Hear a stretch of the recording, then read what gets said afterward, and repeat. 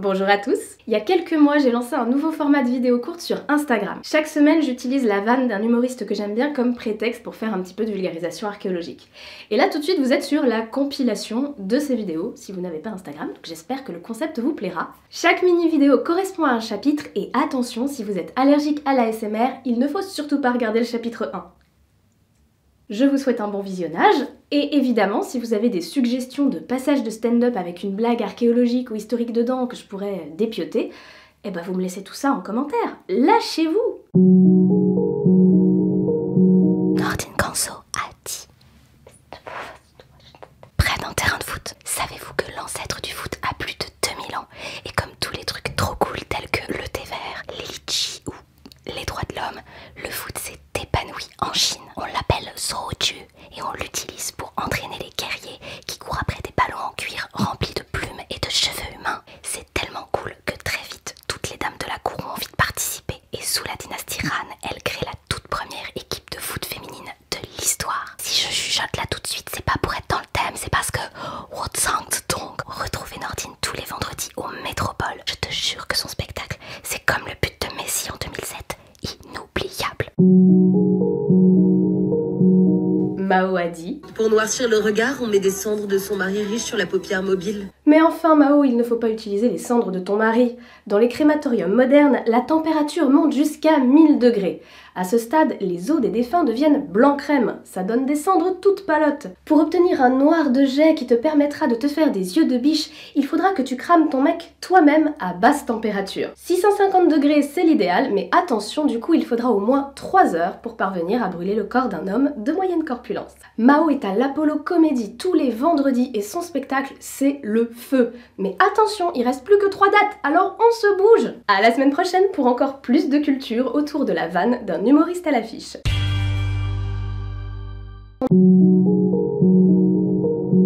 Yacine Bellous a dit. Pour moi, un renard, c'est magique. C'est un animal spécial. Normalement, ça vit dans le monde de Narnia, les renards, pour moi. Ok ?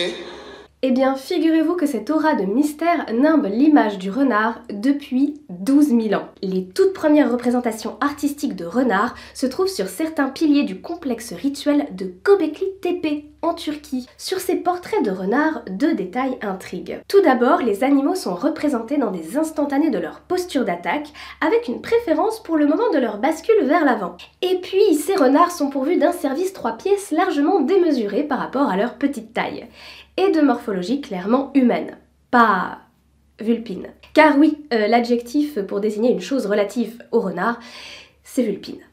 Avouez que vous allez vous en souvenir à partir de maintenant. Fun fact, d'après les généticiens, les races de chiens originaires d'Europe de l'Ouest descendent du loup, alors que les races de chiens orientales descendent du renard. Attention, il ne reste plus que quelques jours pour voir 2022, le dernier spectacle de Yacine Bellous. Ne le ratez pas, c'est la meilleure chose qui soit arrivée en 2022 en fait. À la semaine prochaine pour toujours plus de culture autour de la vanne d'un humoriste à l'affiche.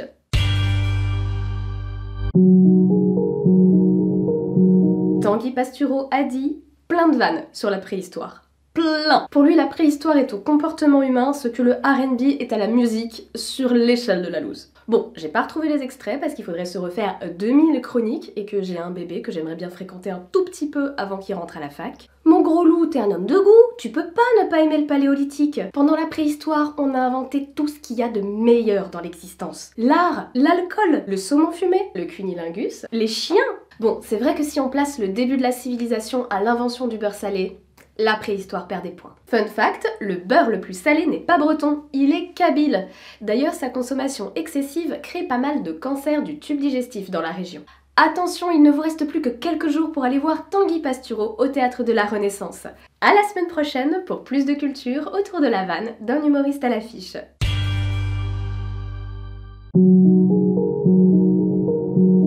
Lison Daniel a dit. Je crois qu'il faut que je m'achète un trench et qu'on aille boire du gin sur la terrasse du café de Flore, tu crois pas?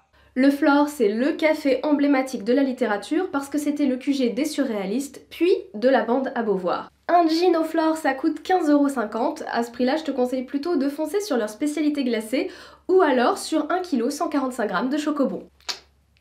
De toute façon, le Flore c'est trop touristique. Non, si tu veux avoir l'air d'une vraie germanopratine, faut aller au LIP. La table numéro 8 du LIP est baptisée la table des amoureux, parce que la configuration des banquettes fait que les genoux se touchent pendant tout le repas. Ça paraît mignon comme ça, mais si ton mec a le gabarit de Paul Mirabel, tu peux très vite te retrouver à rejouer la scène de cul la plus gore écrite par Leila Slimani. Ouch! Petite parenthèse sur le genou humain, un genou, ça sert à marcher, ça sert à dribbler, ça peut servir à gagner les championnats de patinage si le genou en question est celui de ta principale rivale et qu'il rencontre par hasard une barre de fer, mais pas à pénétrer des gens. Ne faites pas ça, même si vous avez une bonne mutuelle. On va surtout au LIP pour se faire remarquer.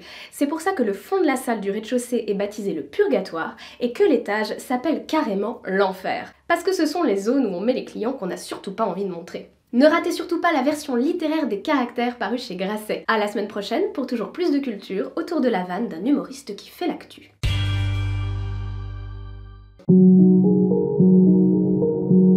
Fanny Ruet a dit: Est-ce que bientôt il y aura des goodies des serial killers, des accessoires qu'on peut acheter qui rappellent les meurtres Eh ben figure-toi que ça existe depuis le 19e siècle. Ça s'appelle des murderabilia. C'est la contraction de murder et memorabilia. Comme tous les trucs bien glauques qui génèrent de la thune, le phénomène est né aux États-Unis.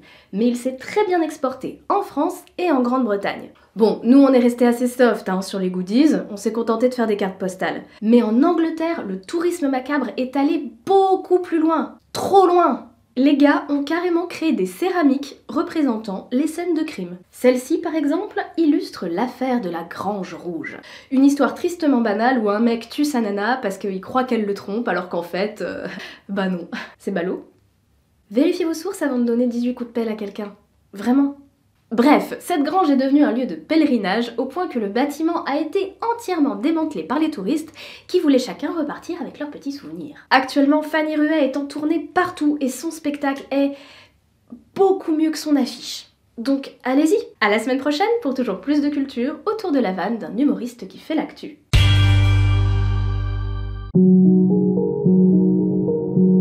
Nora Hamzaoui a dit: Alors j'avais déjà eu une expérience sextoy, oui, puisqu'une très bonne copine m'en a justement offert un ce week-end. Bon, alors à un moment, quand tu reçois un sextoy en cadeau, il y a quand même un moment où tu te dis pourquoi et puis après tu réfléchis et tu te dis mais pourquoi. Lorsque l'on se penche sur l'histoire des sextoys, on ne peut pas faire l'impasse sur la préhistoire. Ah, la préhistoire et ces dizaines de phallus sculptés de taille anatomiquement cohérente, quoi. Le célèbre phallus de l'abri Blanchard, et évidemment celui de la gorge d'enfer. Pop hop, pas de jeu de mots sur celui-là, ma mère regarde mes vidéos.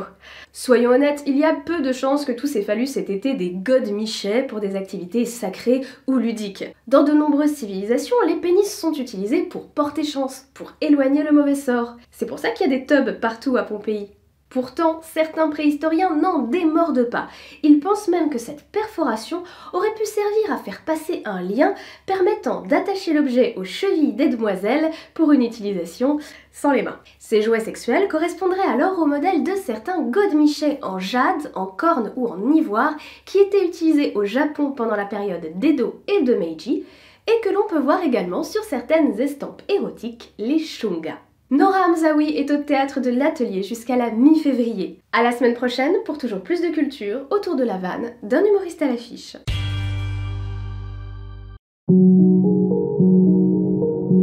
Guillaume Meurice a dit: Il y avait un modèle à la base, quand vous étiez petite. Barbie. On vous le dit depuis toute gamine, faut ressembler à Barbie, la poupée. Y a que Ariel Dombal qui a compris le message. Ah, les canons de beauté. C'est un petit peu comme l'adresse de Manuel Valls, finalement. Ça change souvent. Au Paléolithique, de nombreuses statuettes de femmes aux formes généreuses ont été retrouvées sur l'ensemble de l'Europe entre la façade atlantique et l'Oural. Ces statuettes sont produites à partir de 25 000 ans avant notre ère et certains préhistoriens estiment qu'elles véhiculent déjà un idéal de beauté. Mais c'est sans compter sur les dizaines de représentations féminines fluettes comme celle-ci qui montrent que la diversité des morphologies était bien prise en compte par les artistes. Ces objets n'avaient probablement pas une fonction ludique comme Barbie. Mais en contexte archéologique, il faut avouer que c'est très compliqué de différencier un jouet pour gosse d'une amulette ou d'une pièce de jeu pour adultes par exemple. Les premières poupées qui ont servi au jeu des bambins de manière certaine datent de l'Antiquité. Elles sont en terre cuite ou en ivoire et elles sont articulées. Guillaume Meurice sert une tournée générale le 5 janvier au Café de la Danse. Et devinez qui est son invité? Manon Bril! Ah! Moi j'ai pris ma place, vous après vous faites ce que vous voulez. À la semaine prochaine pour toujours plus de culture autour de la vanne d'un humoriste à l'affiche.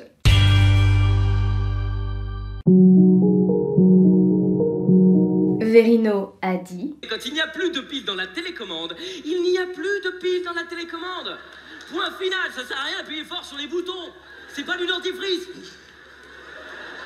En Égypte, au 5e millénaire avant JC, le dentifrice est composé de cendres de sabots de bœuf, de myrrhe et de coquilles d'œufs broyées. Chez les Romains et les Grecs, on ajoute de la poudre de coquilles d'huîtres pour mieux enlever le tartre dentaire. Ce qui fait rager les archéologues parce que nous, on trouve plein d'indices très intéressants dans le tartre, comme l'ADN de bactéries pour cerner la présence de maladies, ou encore des résidus alimentaires. Vous voulez savoir à quoi ça ressemble un petit déj à l'échelle microscopique ? Tada! Le dentifrice ne devient un produit d'hygiène courant qu'à la fin du 19e siècle. À l'époque, le plus célèbre, c'est le dentifrice parisien, ou plutôt le dentifrice parisienne. Et oui, c'était une marque australienne et Google Translate n'existait pas encore, alors... Par contre, un goût artificiel de l'enfer existait déjà. Ce fils de démon qui fout la gerbe à Belzébuth lui-même, et qu'on n'a toujours pas réussi à exorciser de nos sodas des siècles plus tard. Le goût cherry. Verino est au grand point virgule avec Focus jusqu'au 20 janvier. À la semaine prochaine pour toujours plus de culture autour de la vanne d'un humoriste à l'affiche.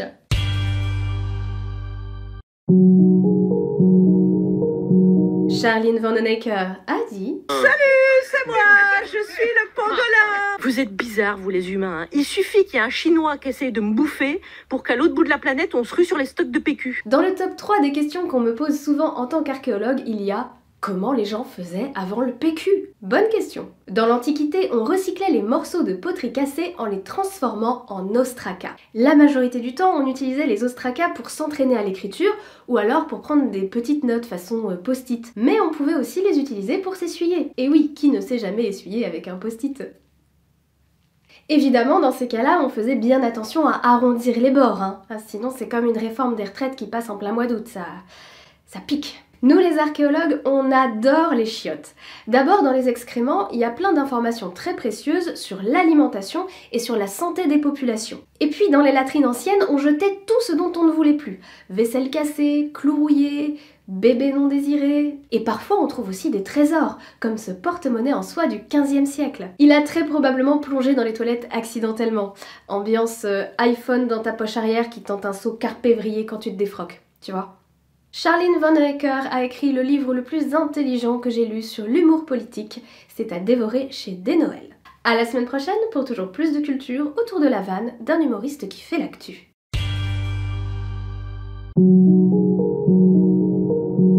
Fari a dit: j'aime pas tant que ça le tatouage. Pas tant que ça. Avant l'invention de l'aiguille métallique, les tatouages étaient réalisés avec des peignes en os ou alors avec des outils en obsidienne pourvus d'une pointe. Quand l'encre n'existait pas encore, on utilisait le noir de fumée pour noircir les cicatrices. Actuellement, on procède toujours comme ça d'ailleurs dans certaines régions de l'Algérie. Les plus anciens tatouages connus sont datés de l'âge du cuivre et ont été retrouvés sur le corps d'Otzi, la célèbre momie des glaces. Ces tatouages sont géométriques et leur emplacement correspond à des possibles points d'acupuncture pour traiter les pathologies articulaires du pauvre Otzi. Pendant la protohistoire, on savait aussi faire des tatouages figuratifs. Regardez-moi ces superbes chevaux tatoués sur une momie sibérienne vieille de 2500 ans. Tout le bras gauche est orné chez cette célèbre jeune femme baptisée la princesse de Loucoq. Une archéologue française a émis l'hypothèse qu'il pouvait s'agir de la représentation des multiples chevaux qui ont marqué la vie de la cavalière. Fari est actuellement au théâtre de la Renaissance avec son nouveau spectacle. À la semaine prochaine pour toujours plus de culture autour de la vanne d'un humoriste à l'affiche.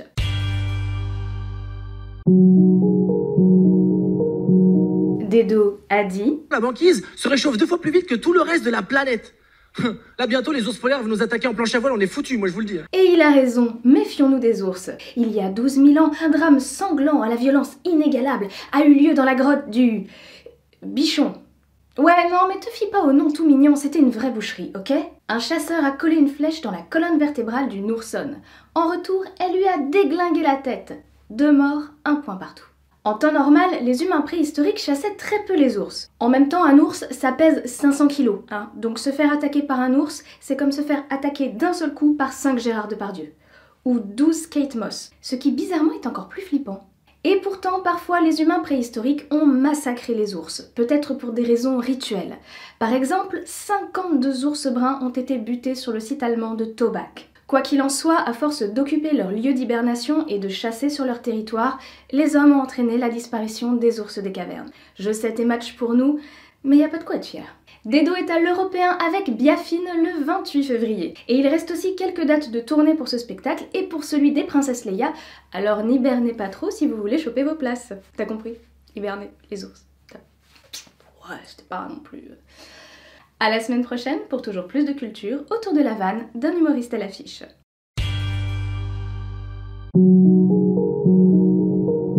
Jérémy Ferrari a dit: Mais vous auriez des preuves à nous apporter? Alors les homéopathes se sont dit ouais, on a plein de preuves à vous apporter, mais on vous les apportera plus tard parce que là on est dans la forêt, on essaie de faire entrer un spéculum dans le cul d'un hérisson. Les plus anciens spéculats proviennent du monde gréco-romain et ils ressemblent à ça. Oui. Et cette forme peu confortable perdure jusqu'au XVIIIe siècle. Il faut carrément attendre le dernier tiers du XXe pour enfin voir apparaître la forme coin-coin. Le lexique de cette femme a été modifié par la maternité. Coin-coin signifie bec de canard et chut mon cœur, ferme ta gueule petit bâtard ou je te mets la langue dans le sanibroyeur. Mais bref, pour un anus de hérisson, je suggère l'usage d'un spéculum nasal.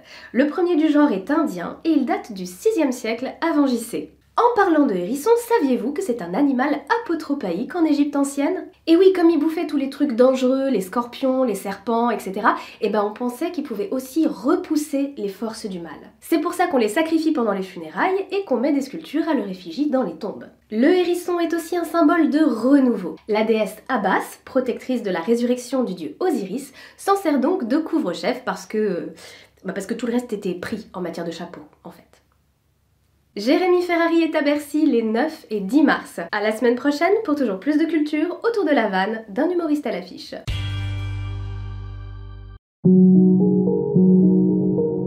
Jérémy Charbonnel a dit: Et toi mon bonhomme à 9 ans, est-ce que tu as un rêve toi? J'ose pas vous le dire mais je suis pas sûr de savoir exactement ce que c'est. Je crois savoir, mais...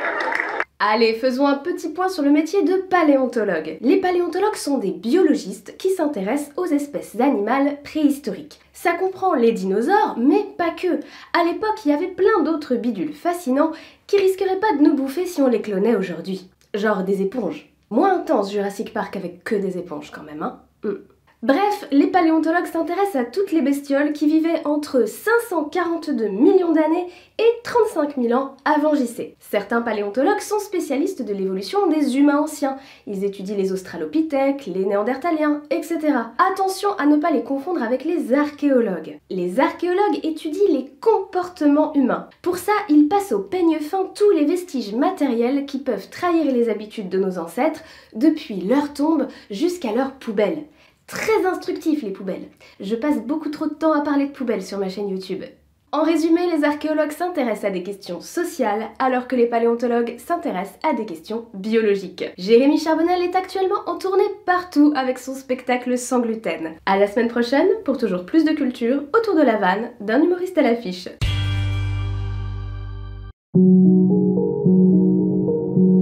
Douli a dit: Moi j'ai passé une soirée avec un mec pas du tout sensuel. Alors ça a commencé, il m'a fait du pied au resto, mais comme un chien qui ferait un cauchemar. Profitons-en pour répondre à une question brûlante. Depuis combien de temps est-ce qu'on regarde nos chiens faire des cauchemars avec un air idiot? Oh, il fait un cauchemar, regarde, il fait un cauchemar!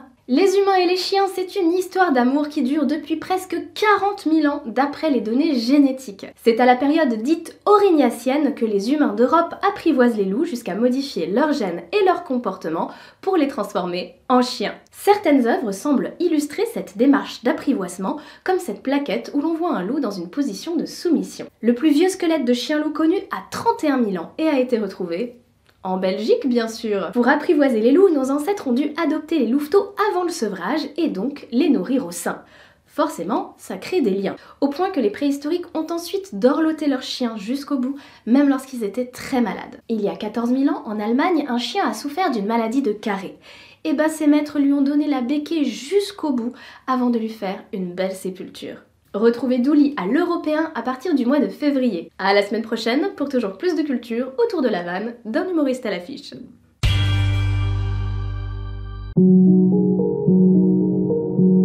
Paul Paul Mirabel a dit: J'ai compris pourquoi je faisais pas peur physiquement, c'est parce que je suis allé chez le coiffeur récemment et on s'est pas entendu sur la notion de pas trop court. J'ai conscience qu'actuellement j'ai la tête d'une secrétaire qui s'appelle Chantal. Les cheveux sont une mine d'informations pour nous les archéologues. Malheureusement, ils résistent rarement à des siècles d'enfouissement, alors que l'enjeu de leur découverte est capital. C'est bien simple, moi dès qu'un étudiant ouvre une tombe, le premier truc que je dis c'est: il reste des cheveux. Avec la gourmandise d'un mec au régime qui dirait: il reste des frites. Le truc passionnant avec les cheveux, c'est qu'ils retiennent la trace de tout ce que leurs propriétaires consomment. Et comme ils poussent relativement vite, ils nous permettent de tracer les changements rapides qui ont lieu dans les modes de vie des individus. C'est comme ça qu'on a su que les petits péruviens sacrifiés au sommet de l'Empado il y a 500 ans avaient été bien drogués plusieurs semaines avant d'être zigouillés. Oh bah, quitte à se faire buter, autant y aller défoncer. Mais bref, les cheveux longs c'est la classe, à tel point que les Égyptiens de l'Antiquité inventent les extensions. Sur la tête de cette dame, il y a 70 mèches de cheveux qui n'étaient pas à elle à l'origine. Quant aux hommes, ils choisissent souvent de porter une perruque longue sur un crâne rasé. Dans ce contexte, le cheveu long est un signe de raffinement. Et oui, ça montre que tu n'as pas besoin d'aller transpirer sous le cagnard pour gagner ta vie. Mais ailleurs, les cheveux longs sont plutôt synonymes de force guerrière. C'est le cas par exemple chez les combattants de l'âge du bronze, retrouvés sur le site de Tollens en Allemagne. Ces messieurs portaient des nattes ou des dreadlocks sur lesquels ils accrochaient des petits bijoux torsadés en bronze. Bref, les stéréotypes de virilité, c'est comme les canons de beauté féminins ou les promesses des politiciens. Ça a une durée de vie très limitée. Paul Mirabel joue dans la génialissime série d'Agnès Hurstel, Jeune et Gaulerie. Et comme la saison 2 arrive bientôt, je vous conseille de vous mettre à jour sur la saison 1. À la semaine prochaine pour toujours plus de culture autour de la vanne d'un humoriste qui fait l'actu. Arrête de me faire rire, maman travaille. Va mettre un slip. Saviez-vous que l'inventeur du selfie est aussi le créateur du cri? Et oui, en 1930, Edvard Munch se photographie lui-même en tenant son Kodak Vest Pocket à bout de bras, devenant en quelque sorte un précurseur d'Instagram. Merci beaucoup d'être resté jusqu'au bout, on se revoit très bientôt pour une vidéo un petit peu plus classique, et d'ici là, bien sûr, restez vivants!